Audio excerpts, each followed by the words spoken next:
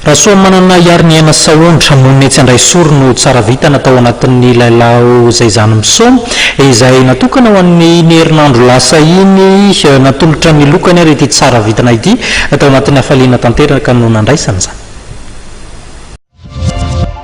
tonga eo amin'ny fanomezana ny loka ho an'irey nahazo an'ny kilalao izay zany misomitsika amin'izao fotoana izao eto alohaka eto i rasoa manana iariniana saondra arapaina ianao nahazo ny loka tamin'ny herinandro iny dia atolotra anao ty loko ity zany fantaniana kely madama hoe ianao ve zany mpamaky gazety izay zany be zany ianao dia inona ny tena ankafizinao anatin'ny gazety izay zany le sakafontsika anio iny dia misy an'le torohevitra mahasoa reny koa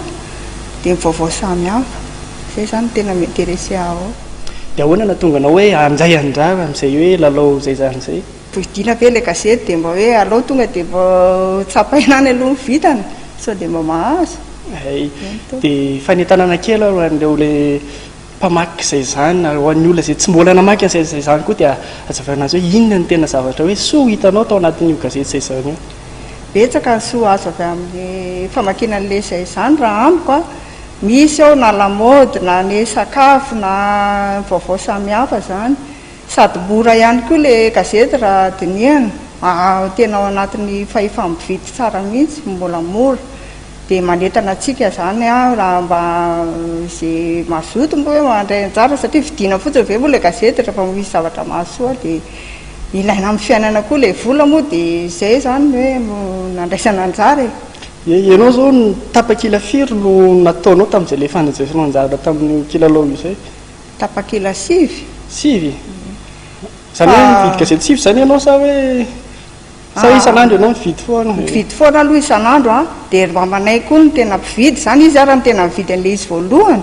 dia mijereko foana zany dia ohatrany nafinaritra le ao anatin'le gazety dia izy ny tena io izy misy kilalao fa ataovy fa sao dia mba mahazo dia lalaiko koa ny anazy sady za koa mividy raha teo mariana fa mpandray anjara arivo teo nandray anjara tamin'ny fisarihana tamin'ny herinandro iny laharana 970 ny anaran'ny laharanao dia ny laharana nisan'ny nandray anjara zany 570 ahoana nahitanao an'izay laharana izay hoe anisan'ny fanontaniana tsy no tao anatin'ny tapakila io hoe firy ny olona mahamarina ny valin'ny fanontaniana dia ahoana nahitanao an'izay ka betsaka tsika le tapakila